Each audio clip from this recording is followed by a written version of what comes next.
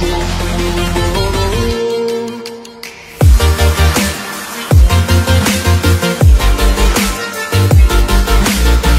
35. Now, not only do we have lots of historical architecture here in the town of Tanbridge, we also have a rich variety of famous residents. Of course, everyone has heard of the famous writers Jim Harman, Anna Collins and Ian Cheriton, or I.H. Cheriton as he is better known, and they have all lived in our small town. In fact, Anna Collins, the celebrated romance novelist, spent all her life in this town. She lived by the town square, where there is a plaque to commemorate her. She died in 1968, and you can see her gravestone in Tanbridge Cemetery. You may know Anna from her most famous work, The Pride of Angels, which won numerous awards and for which she was a runner-up for the Herald Prize in 1950. James Harman also lived here between 1975 and 1990. A best-selling horror writer, he got many of his themes for his haunting novels from this very town. He passed away a year after leaving Tanbridge, and although he isn't buried in the town, we do have a statue of him on the roundabout as you enter the town. Now, I.H. Cheriton has been the Poet Laureate for 3 years, and he lives in Tanbridge today. His home is the Red House by the river. Not only a poet, he has also written 10 novels that have topped the book sales charts. He always does a lot of work for local charities and is quite a gem in this town. Lastly, another famous resident of Tanbridge is Sylvia Daniels. She grew up in Tanbridge and went to the local comprehensive here. You can see her childhood home just across the river by the post office. Now, I am sure you all know her for her latest film, Planet Dust, which has just reached #1 at the cinema box office. But she wasn't always an actress. Before she headed for Hollywood, you could have seen her waiting tables in the Dorridge restaurant here in town. She often comes back to visit, as her family all still live here. If you're lucky, you may even catch a glimpse of her. Track 36. Welcome to the latest episode of Film Finest with me, Liz O'Donnell. The films I'll be reviewing in this episode are What Happens in the Night, the new horror film by acclaimed director Jan de Nijberg, and Happy as Larry, a new romance comedy starring Harrison Wyatt and Sonia Smith. Let's start with What Happens in the Night. Set in a convent school in the 1950s, this film tells the story of 2 boys who are haunted by apparitions of monks. The film has the feel of a comic book, as it's shot in black and white with occasional shots of vivid color. De Nijberg, the director, said he wanted some elements to stand out, and he has used color to do it. I would say quite effectively. He claims his inspiration for the film is his own experiences growing up in 1950s Liverpool. A believer in ghosts himself, he thought he saw ghosts in his school years. Ghosts or not, this film is certainly haunting. What Happens in the Night is a film that will scare you. I wouldn't say it's the best horror film to come out this year, but it's certainly shot beautifully. And it's not hard to follow. So, unlike some recent horror films, you don't have to sit in dedicated concentration for 2 hours trying to keep up with a complex plot. An enjoyable film. I would give it 4 stars. In Happy as Larry, Sonia Smith and Harrison Wyatt play 2 people who fall in love but cannot be together because of their families. The build-up to the film has certainly been epic, with gossip about both co-stars in the papers. Rumor has it that Smith and Wyatt aren't the best of friends. In fact, on the set, they barely spoke to each other. I have to say, though, this doesn't come across in the film, and they look like a great couple. Happy as Larry is a move away from the usual films Sonia makes. She is better known for her roles in action films, but she has shown herself to be a capable comedy actress. However, I'm not sure this is the finest film to do it in. Both men and women alike can get something from this film, but the romance angle is overplayed, and the laughs are few and far between. If you want romance, this film is fine, but if you want comedy, I would recommend seeing something else. I would give it 3 stars. Now, there are some new video releases which are gonna be coming out in the next month. Track 37. So, we have Phyllis Bailey here to talk to us about fame. Her new book, Famous for 15 Minutes, is coming out on Monday. So, Phyllis, welcome. What do you think fame means to us these days? Well, famous people are everywhere, and although we know nearly all there is to know about these people, their lives are splashed all over magazines and television, they've retained their mystery. The public are always eager to find out more about them, and this fuels the paparazzi to photograph them. It's true that there are more celebrities around than ever before, but the number of really important famous people probably hasn't changed greatly.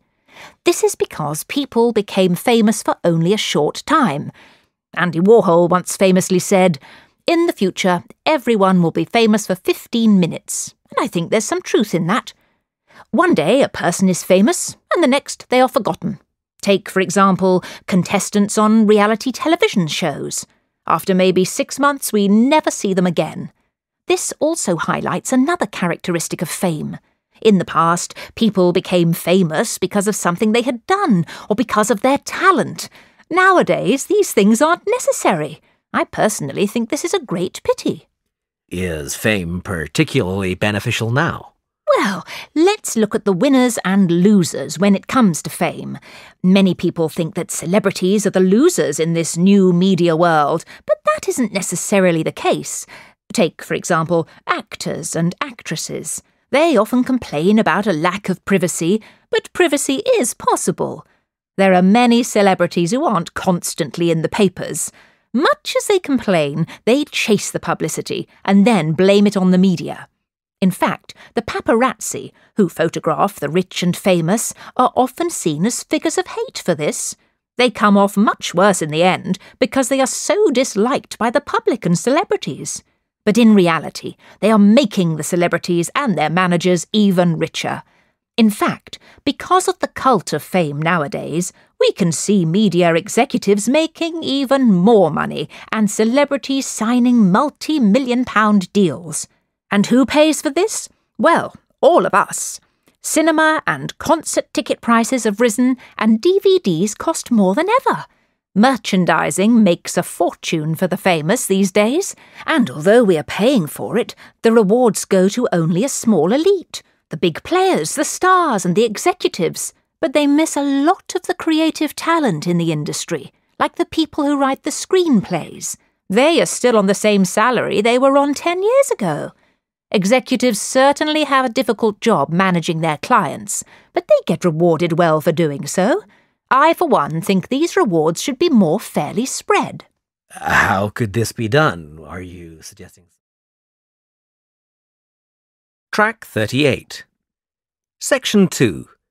You will hear a talk about the Yellow Plaque Scheme in Sydney. First, you will have 20 seconds to look at questions 1 to 6. Now listen carefully and answer questions 1 to 6.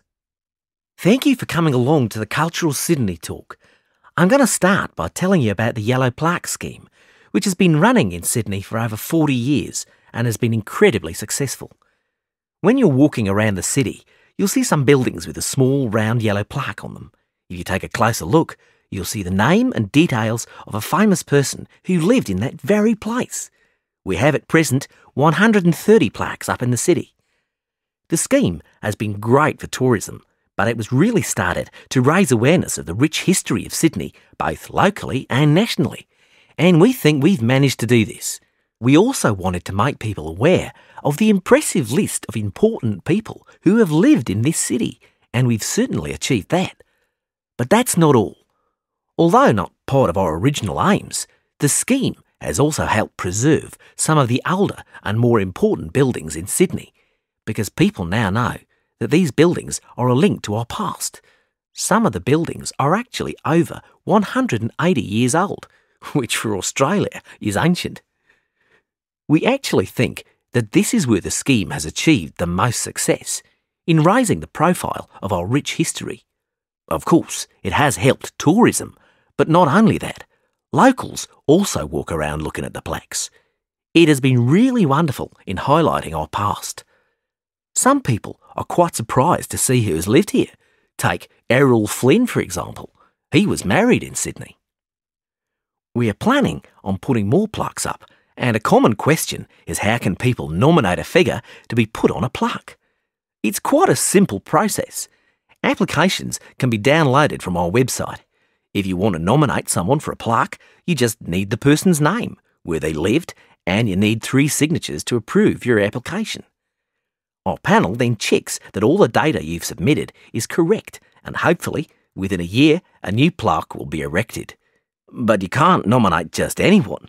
A plaque can only be given to a person who is famous and has achieved something out of the ordinary, like an important politician or world record-breaking sportsman, for example. We aim to have 50 new plaques up within the next 3 years, and we have plenty of funding to do so. Our funding comes from 3 sources: the local council, community donations, and the tourist board. Whereas in the past, the tourist board put in the majority of funding, now public donations count for 65% of all total funds. In fact, our funding is so healthy now, there are plans to expand the scheme. Before you hear the rest of the talk, you will have 20 seconds to look at questions 7 to 10. Track 39. Now listen and answer questions 7 to 10. At the moment, we only have yellow plaques for all the famous people, but we are aiming to produce different coloured plaques so that people can do specific walks. For example, if they are interested in famous sports personalities, they can do a tour following the red plaques, the colour we are aiming to use for these people. We are looking at introducing grey, white and green plaques as well. We are thinking of using grey plaques to signify people who have done important work within the government, and white plaques for those who have done good works in the community. Lastly, our green plaques we think will be very popular. These will be for painters and sculptors, leaving our yellow ones for writers, actors and other people of note. We do hope you enjoy looking at the plaques around the city. We have guidebooks on sale in the gift shop where you can find all the plaques. These are priced at $11.99. That is the end of section 2. In the exam, you will have half a minute to check your answers.